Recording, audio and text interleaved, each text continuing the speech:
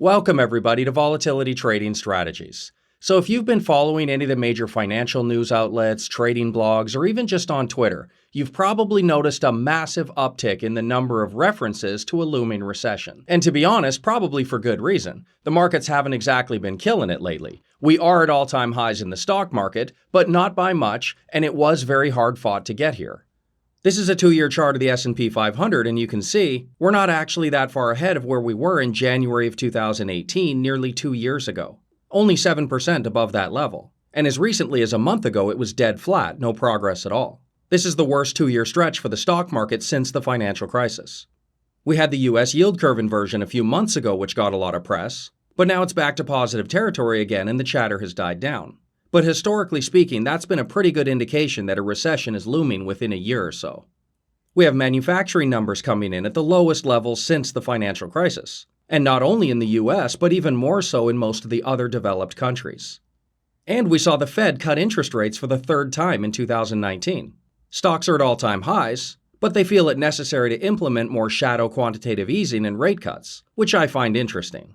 Corporate earnings growth is slowing, market breadth is weakening. There's just a lot of data points out there that should give investors pause. But I'm a volatility specialist. So while I can certainly appreciate those other data points, and I do take a look at them from time to time, in this video I want to show you an indicator that I keep a close eye on that is much more specific to the volatility markets that I play in. So subscribe to the channel, hit that little notification bell so you don't miss any future videos, and please give the video a like for me to help with the YouTube algorithm. And with that, let's get into the volatility-specific recession indicator.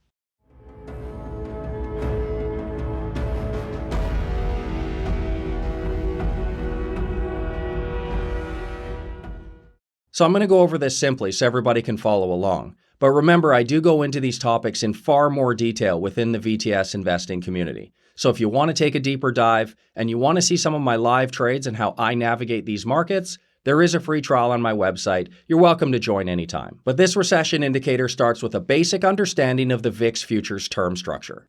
These are the VIX futures right now. Each dot on this chart represents a monthly cycle. So we've got November, December, January, all the way out to next July. And there's two groupings of these futures that traders focus on. The first is what we call M1 and M2. That refers to the front 2 months of this term structure right here. So these are short term, an average of about 1 month out. The relationship between these two futures is very important. We measure the gap between them, and if this second month is higher than the first month, we call that Contango.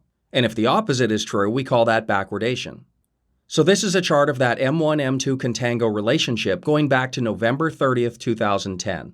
For anybody who remembers our old favorite volatility ETF called XIV, that's the date it launched. I've got a video here you can check out talking about the unfortunate demise of our old friend the XIV. But anyway, here we're looking at M1, M2 Contango levels, and the long-term average is 6.05%. So the majority of the time it's positive, with several periods mixed in where it dipped negative when the stock market was going down. But it's been pretty consistent year to year. Now the other section of this VIX futures term structure that we're very interested in is what we call M4 to M7. That means the 4th month through the 7th month VIX futures right here. These are further out in time and tend to be far more stable. We're talking about 100 to 200 days in the future, so these are based on traders making longer-term bets. Again, M1 and M2 from before are very short-term, 30 days or so, but M4 to M7 are much further out and may give a better indication of what traders think of the market in the medium to long term. This chart is showing M4 to M7 VIX futures Contango back to that same date, November 30th, 2010. Now for these medium-term futures, the long-term average is actually higher than the M1-M2 from before. M4 to M7 has a long-term mean of 6.78%, compared to the 6.05% for M1 and M2 futures. And you can also see far fewer periods where it dipped negative, right? Only when market confidence goes very low do these longer-term M4 to M7 futures dip to low levels. So M1, M2 futures represent short-term expectations of market volatility, and M4 to M7 represent bets further out in time and tend to be more stable. So it makes sense that longer-term futures will average higher levels and be more stable, right? Because if we're still in the context of a bull market, anytime something on the immediate horizon shakes the confidence of market participants, it is expected to be fairly short-lived. Only when it's longer-term fear does it start to show up in those M4 and M7 VIX futures. So let's take a look at 2019, compare those to those previous levels, and see if we can see any patterns. Here's the short-term M1, M2 for just 2019. And you can see the average for this year has been 5.67%.